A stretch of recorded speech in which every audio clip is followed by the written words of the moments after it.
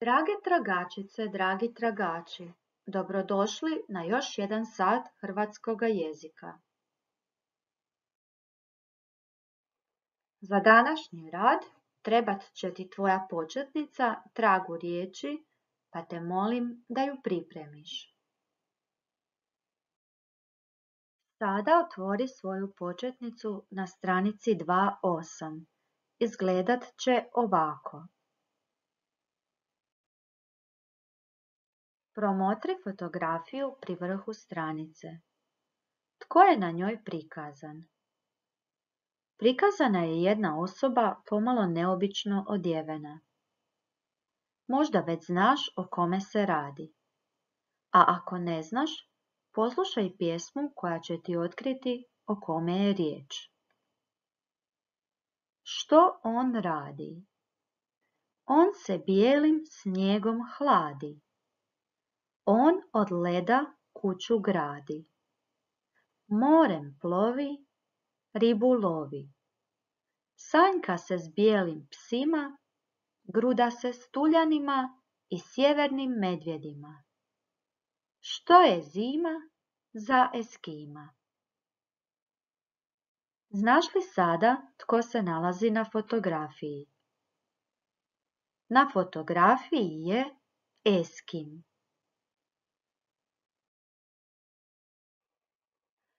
Saznajmo nešto više o Eskimima.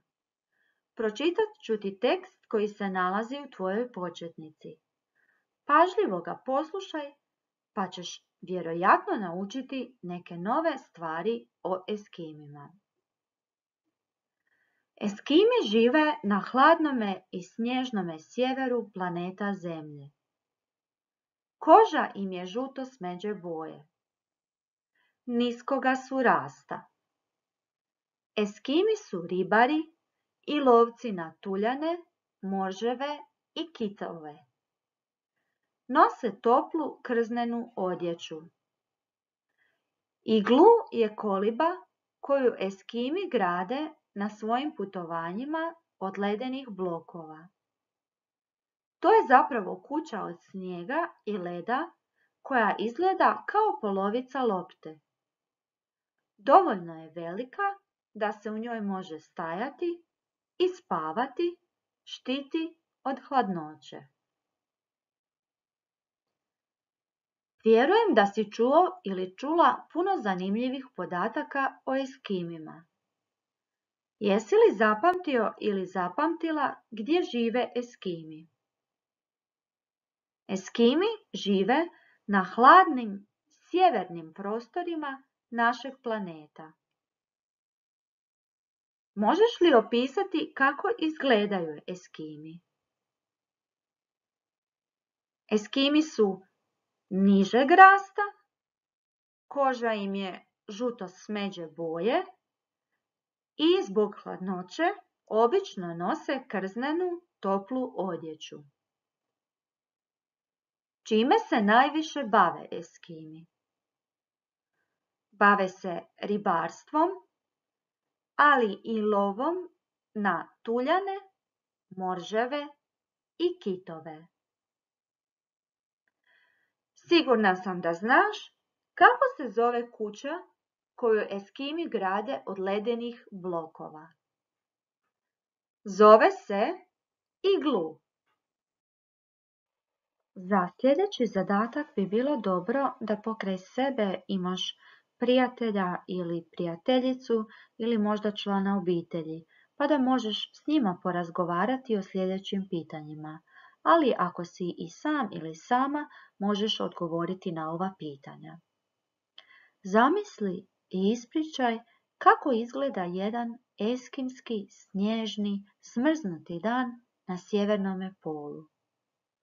Što bi se moglo ispričati Eskimima o snježnome danu u tvome zavičaju?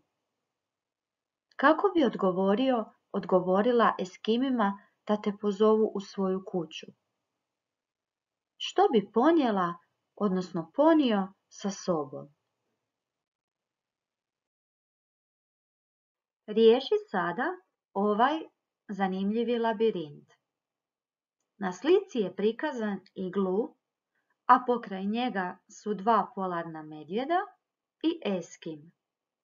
Pitanje je, tko će uspjeti ući u iglu? Dok tražiš rješenje, zaustavi video lekciju, a zatim je ponovno pokreni. Jesi li uspio ili uspjela saznati tko će ući u iglu?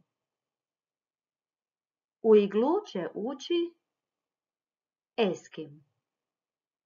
A sada, prije nego krenemo na naš sljedeći zadatak, imam za tebe jedno pitanje. Kad izgovoriš riječ Eskim, koji glas čuješ na početku riječi? Eskim. Na početku riječi čujemo glas E. Sada okreni list u svojoj početnici i prijeđi na stranicu 3.0. Pri vrhu ove stranice se nalaze još nekoliko riječi koje u sebi sadrže glas E. Imenujmo što je na slikama. Kako se zove ovaj dio na hlačama? To je etiketa. Koliko glasova E čuješ u riječi etiketa? U riječi etiketa čujemo dva glasa E. Gdje se oni nalaze? Jedan glas se nalazi na početku, a drugi u sredini riječi. Kojim poslom se bavi osoba koja je prikazana na ovoj fotografiji? Na fotografiji je električar. Koliko glasova čuješ u riječi električar? U toj riječi također čujemo dva glasa E.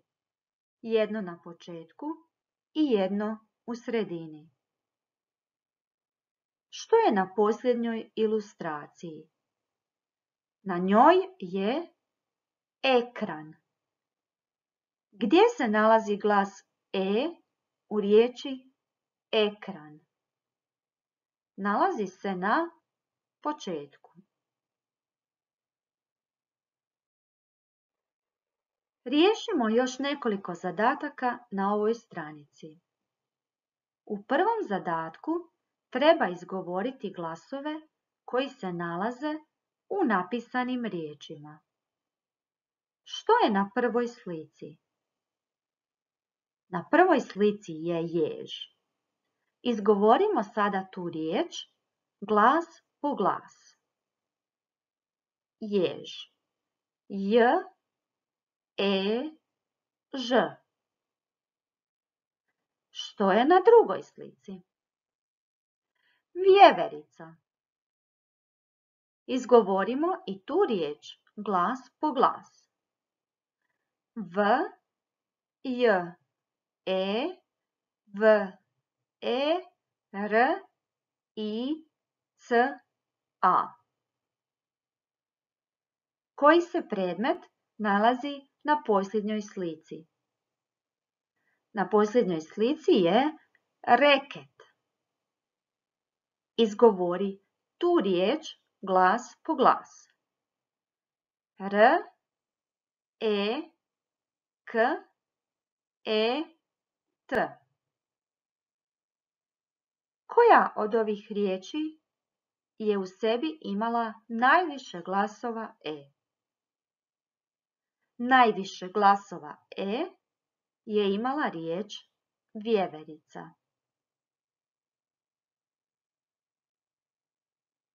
Hajdemo sada na drugi zadatak.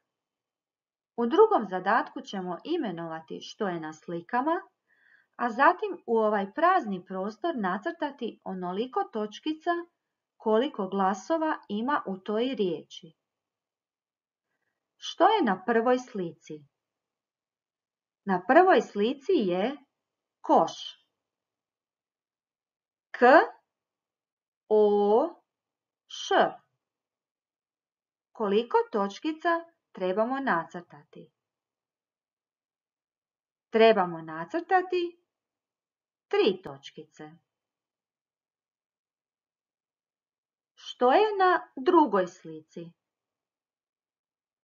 Na drugoj slici je lopta. Izgovorimo tu riječ glas po glas. L, O, P, T, A. Koliko glasova smo izgovorili? Izgovorili smo 5 glasova, pa ćemo i nacrtati 5 točkica. Što je na posljednjoj slici? Na posljednjoj slici je pauk. P, A, U, K. Koliko točkica ćemo nacrtati? Nacrtat ćemo 4 točkice. Riješimo sada i posljednji zadatak na ovoj stranici. Imenujmo što se nalazi na slikama. Gdje ćemo čuti glas E? Na prvoj slici je med. U riječi med čujemo glas E. Zatim imamo sunce. Sunce. U riječi sunce glas E se također nalazi i to na kraju. Pokraj toga je led. U riječi led imamo glas E u sredini. Na slici je zatim koš. U riječi koš nema glasa E. I na kraju imamo sladoled. Sladoled. U riječi sladoled imamo glas E.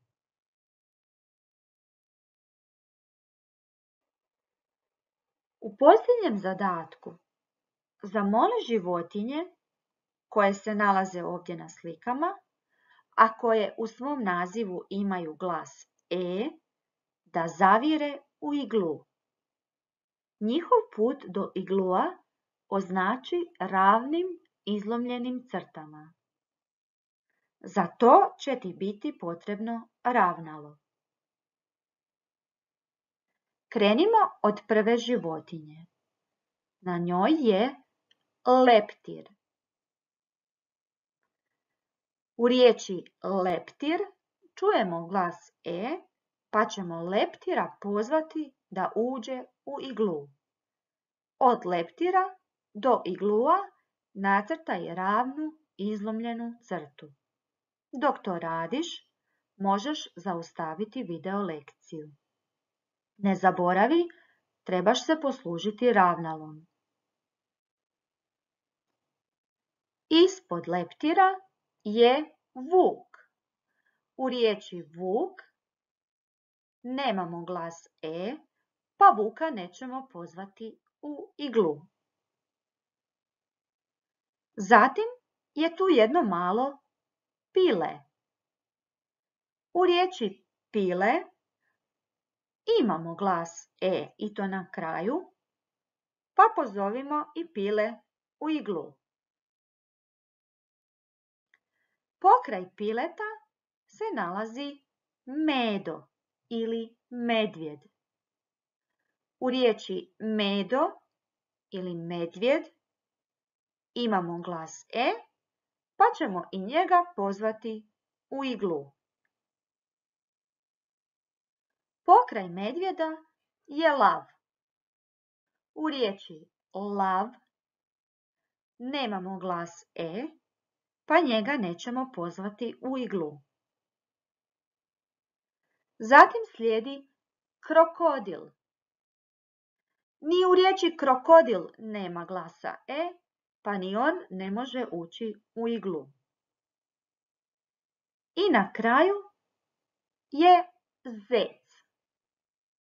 U riječi zec Čujemo glas E, pa ćemo zeca pozvati da uđe u iglu. Bravo za uspješno riješen zadatak. Ostao je još samo jedan mali dio zadatka koji trebaš napraviti sam ili sama. Naime, ovaj iglu nije dovršen. Ti ga dovrši, nacrtaj i oboji do kraja. U tome će ti pomoći ove blijede crte koje možeš malo vidjeti iznad i okolo iglua, koje su dakle već tu započete, a ti ih samo trebaš podebljati. Ovime smo završili našu današnju video lekciju. Želim ti puno lijepih trenutaka u školi i izvan nje. Do sljedećeg puta. Doviđenja.